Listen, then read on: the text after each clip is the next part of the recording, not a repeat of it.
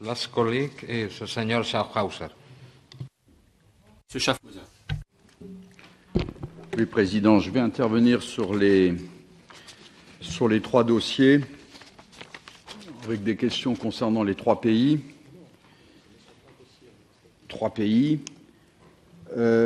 Trois États faillis d'abord. Ils ont tous des territoires sécessionnistes.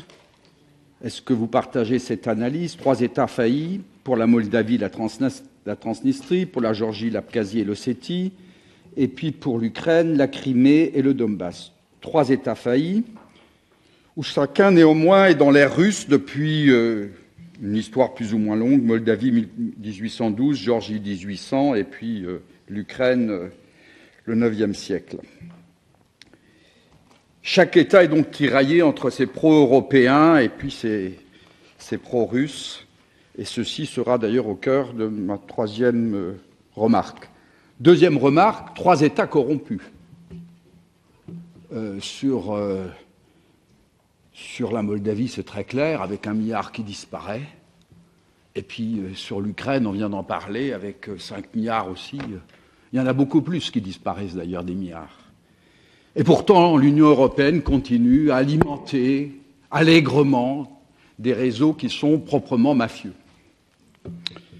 Donc 3 États faillis, 3 États corrompus. Deuxième constat, l'approche moralisatrice de notre politique étrangère est à bout de souffle. Il ne suffit pas d'avancer l'état de droit, la justice, etc. Quand on constate les faits de notre politique en Moldavie, en Ukraine, avec des responsables corrompus qui ont été soutenus.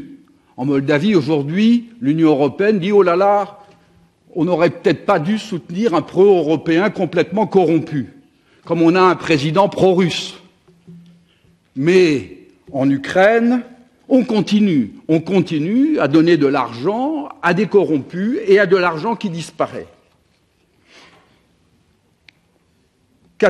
Troisième réflexion, incohérence de notre politique. Au Donbass, nous parlons d'agression militaire, annexion. Très bien, ce qui est d'ailleurs contraire aux accords de Minsk. Donc nous avons une politique contraire aux accords de Minsk au niveau de l'Union européenne. Mais en Géorgie, la sécession abkhaze et ossète n'est pas considérée comme telle. Ainsi qu'en Moldavie, nous sommes contre le référendum qui pourtant a eu 90% de soutien sur la Transnistrie. Donc incohérence de notre politique. Et tout ceci parce qu'il n'y a pas d'approche, je finis, Président, excusez-moi, et tout ceci parce qu'il n'y a pas d'approche géopolitique. L'approche géopolitique consistait effectivement à mettre l'Occident, l'Europe occidentale et l'Europe orientale dans une plus forte unité et non pas à les diviser. L'Europe a failli. Muchas gracias, señor Schaffhauser. Excusez-moi, monsieur Schaffhauser, mais là, nous manquons vraiment de temps. Nous devons passer aux réponses. 5 minutes, je vous en prie.